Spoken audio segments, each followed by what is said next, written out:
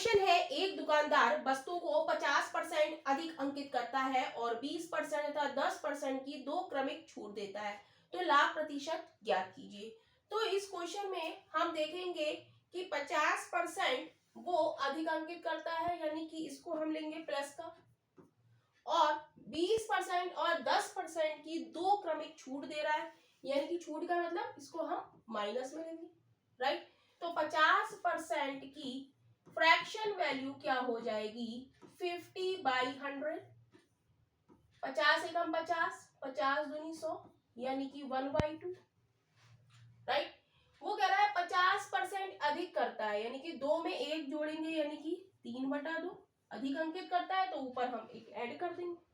अब वो कह रहा है 20% और 10% की दो क्रमिक छूट देता है, तो 20% की फ्रैक्शन वैल्यू क्या हो जाएगी, 20/100, 20 एकम 20, 20 पंजे 100।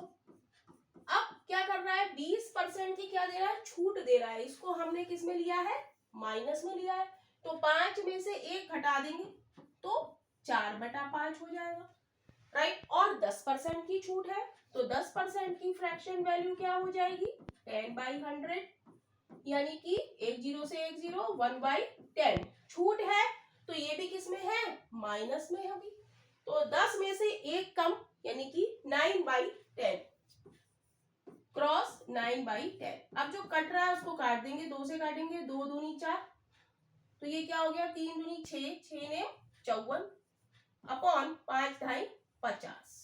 इतनी बात क्लियर है। तो अब हम देखेंगे कि ये हमारा क्या हो गया, सीपी हो गया, और ये हमारा क्या हो गया, एसपी हो गया। यानी कि कोई भी आइटम हमने 50 रुपीज का खरीदा और 54 रुपीज का हमने बेचा, तो हमें क्या हुआ, प्रॉफिट हुआ। तो हमसे वो क्या कह रहा है, लाभ प्रतिशत आप ज्ञात कीजिए।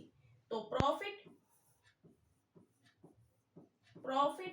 परसेंटेज कैसे निकालते हैं, प्रॉफिट